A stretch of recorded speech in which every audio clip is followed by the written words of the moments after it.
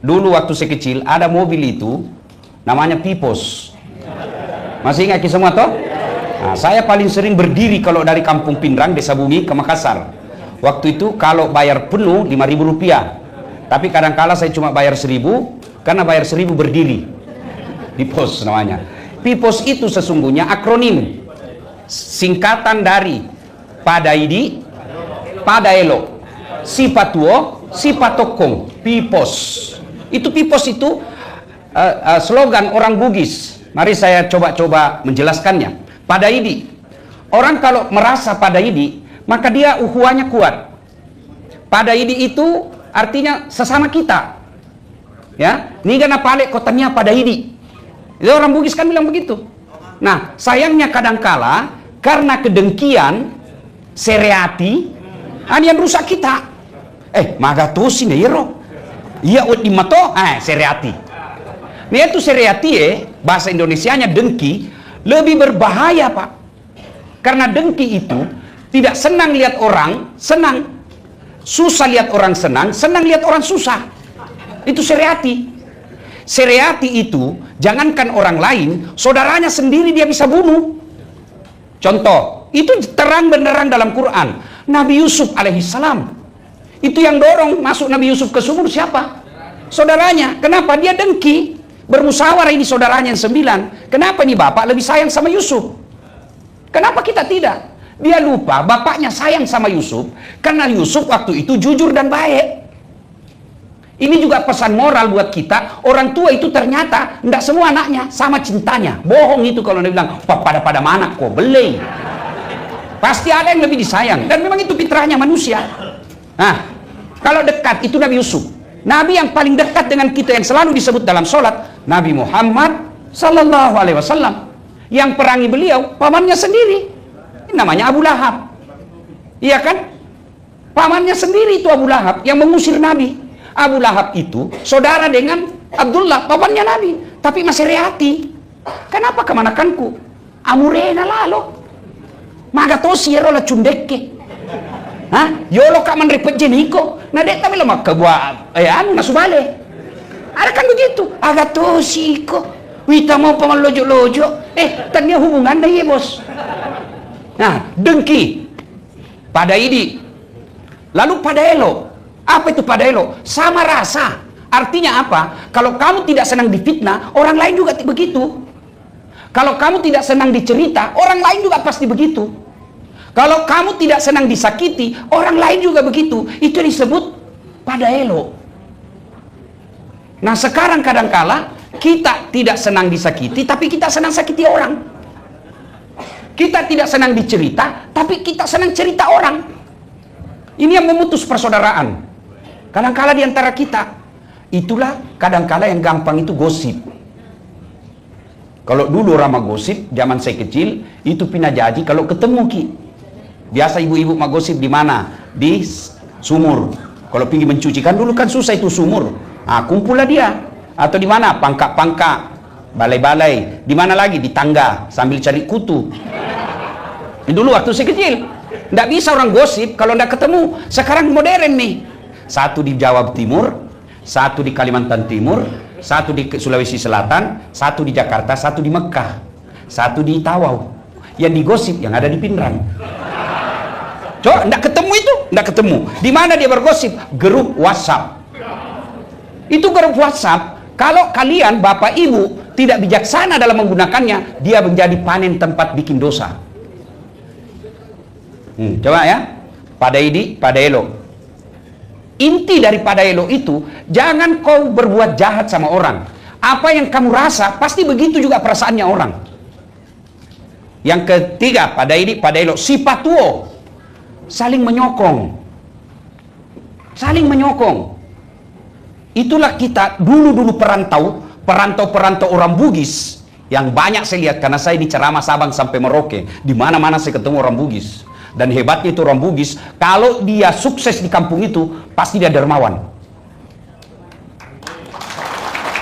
Jarang saya temukan orang Bugis kaya seke. Jarang, Pak. Ya kok kasiasi na seke sitina aja bos. Tapi ya rogi namode gaga duit na masumbato tu. Melo tiasa sogi. Iya nor nasa ngogi namo meti ko pura mo rede. Itu filosofinya orang Bugis. Bos, memang kasih asik kata aja mau pakai siri kah bos? Nggak mau itu. Makanya itu pengantin orang Bugis, kenapa dia mahal? Karena itu bagian daripada harga dirinya. Yang sekarang ini mulai bergeser. Nah kasih malu maki kadang-kali tuan polo. Kenapa? Nah umumkan Pak. Nah pakai mic itu kan. Di Pasipulu mana di atas nama yang ikut mengundang. Kayak yang gue tamu, ini gak senang. Hei, das atlatif 200 bisa Ustaz Kondan 200. Malupai bos itu pas Solo. Sieso. Nah, itu kembali lagi. Si Patuo saling mendukung. Saya ingat sekali dan sampai sekarang kalau saya pergi ceramah daerah Kalimantan itu kan paling banyak orang Bugis di luar Sulawesi Selatan, Kalimantan Timur. Setelah itu Jambi. Ya, nah saya pergi ceramah Kalimantan Timur. Umumnya mereka orang-orang sukses ada penyopongnya dulu. Oh loko bolani anu. Konon nasalai Penrang, nasalai ni Bone, nasalai Sopeng. Loko mas sompo. Hah? Lo mas sompo ko Kalimantan. Kega Sanata. Hah? Bahkan itu Samarinda orang Bugis yang temukan. Samarinda. Itu orang Bugis temukan. Saya lupa sekali namanya. Nah, pada saat itu mereka merantau ke sana. Buang diri itu orang Bugis kalau merantau tidak bawa apa-apa. Tapi umumnya perantau Bugis dulu itu dia merantau setelah dia pandai mengaji. Nah, sampailah di situ. Orang kaya, kumpullah dia di situ. Kumpul-kumpul, setelah mapan, dia memisahkan diri. Itulah yang disebut si Patuo, si Patokong, Mali, si Parape, Malilu, si Pakaina. Ajak makko tu. Salah ko tundi. Kau makko ko tu, nanti ke polisi. Ajak lalo, tak kalupa ko tu. Itu si Pakainga namanya. Nah sekarang si Pakainga ini mulai hilang. Kenapa? Orang tidak suka dinasehati. Nah kena PKPK si polisi, kan ya cik dak ko. Elok mopo. Dia melo mangkalinga muruntun itu. Makanya kita, saudaraku, kalau ada pejabat, kita ini terleluhur, orang-orang tua ingatkan. Kita doakan ya. Salah satu di antara kita ini, saya selalu datang di KKSS itu karena jasanya Pak Dr. Aris Agung. Saya kenal beliau masih di Sulawesi Selatan. Ya kan? Kalau pengurus yang lain, mana nomor handphoneku saja tidak dia punya. Ya, nah Pak Aris, itu makna dari silaturahmi. Pada ilo, si Patuo, si Patokong, si Pakainga, Mali, si Parape. Mali itu, ini istrinya mungkin anaknya Pak, saya lupa lagi.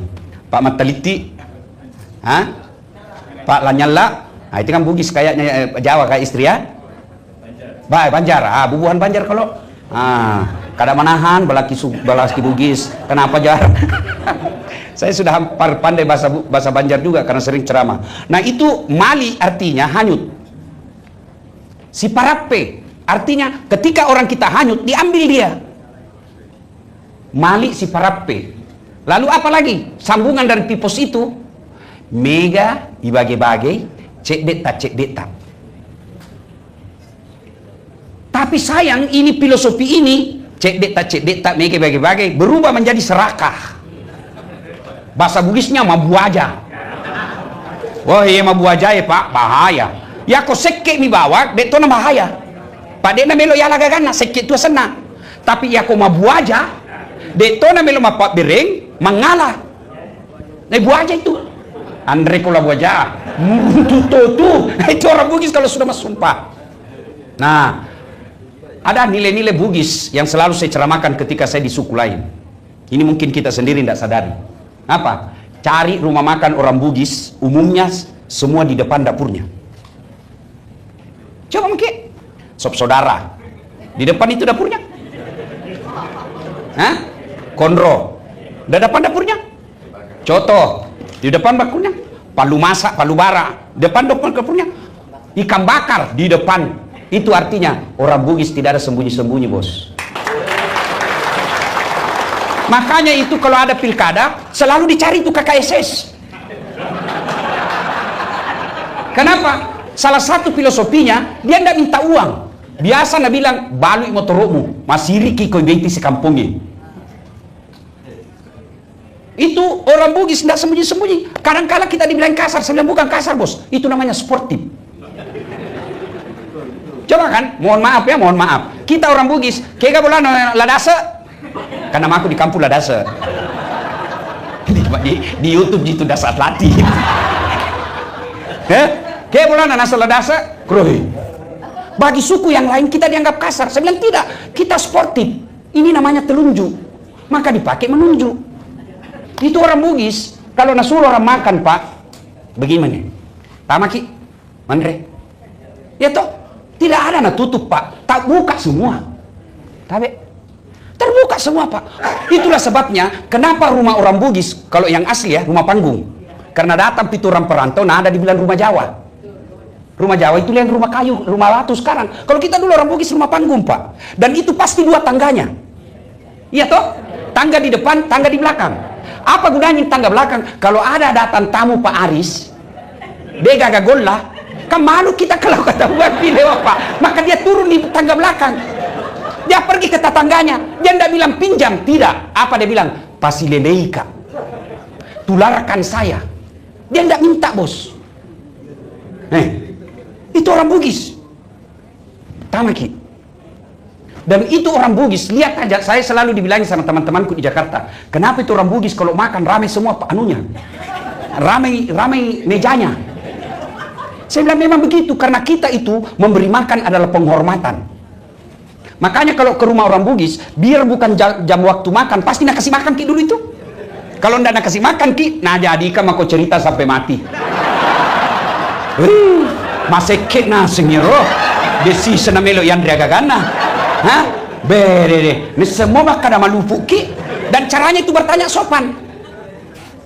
Agak mola, mangoto nggak? Tetik siaru sale kampungmu. Tetik 5, ele. Oh, letuk tetik 10-2.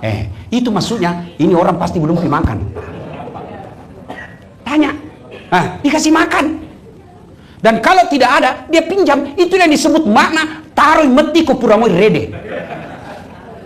Saya jarang sekali dapat orang Bugis Makassar pelit, Pak. Jarang, Pak. Dan saya rasakan kalau orang Bugis undangan ceramah, oh temi, Pak.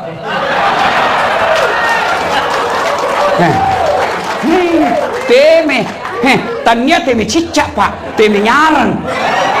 Istilah-istilah Bugis dulu itu. Ini yang mesti tuan-tuan tularkan ke anak kita. Supaya apa? Nilai-nilai filosofi orang Bugis itu tetap terpelihara. Dan orang Bugis itu sejatinya pasti dia nilai agama, dia punya budaya. Karena tidak ada orang Bugis non-muslim. Makanya saya pergi ceramah baru-baru di Bangka Belitung. Ketua yang panitianya Andi. Tapi saya lihat muka dibilang mu'allab. Saya memang caranya ini Bugis kok mu'allab. Dan muka Cina. Saya bilang bagaimana ceritanya ini dalam hatiku. Belum bisa tanya langsung jelaskan, Kak. Nah bilang kakekku Bugis, nenekku Cina. Saya dikasih nama Andi karena saya ikut agama nenek saya, karena orang Bugis itu Mbak, ndak ada kakek, semua nenek. Mau perempuan mau laki-laki dipanggil nenek.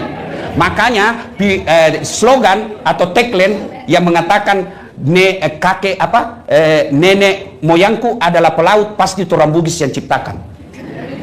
Iya karena ndak dibilang kakek. Masa nenek pergi melaut? Itu pasti maksudnya neneknya itu adalah laki-laki.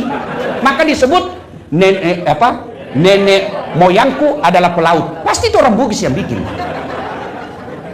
Iya toh? Apa sambungan lagi tadi? Saya tanya, dia jelaskan.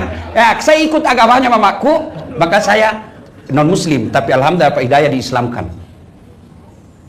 Dan dia juga di situ menjadi tokoh masyarakat. Jadi saudara-saudara sekalian yang ada KKSS, jadilah kalian tokoh masyarakat. Tapi kalau jadi tokoh masyarakat, tidak mesti kau kaya. Tapi engkau gunamu.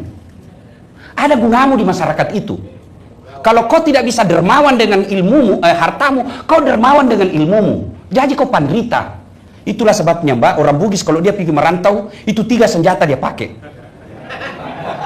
Pertama, orang Bugis bilang telu capa, 3 ujung. Apa itu? Pertama, ujung lidah. Maka dia menjadi panglita, orang pintar, ulama, atau dia menjadi diplomat, pembicara. Nah, ternyata dia tidak punya keahlian, maka dia pakai ujung yang kedua, ujung badi, Orang Makassar bilang badi, orang Bugis bilang kawali atau patepi. Ya? Ujung badi. Kalau dia tidak tahu bicara, maka dia menjadi punggawa. Dia menjadi hulu balang. Sampai ada yang mengatakan, pokoknya kalau kau pergi merantau kau jadi punggawa. Nah mau parampok kau, yang penting punggawana kau parampok. Itu kan ada yang bilang begitu kan? Dia jadi bos. Makanya kita dapat orang Bugis di mana kadangkala satu tempatnya di pesisir. Dia jadi nelayan. Yang kedua di pasar.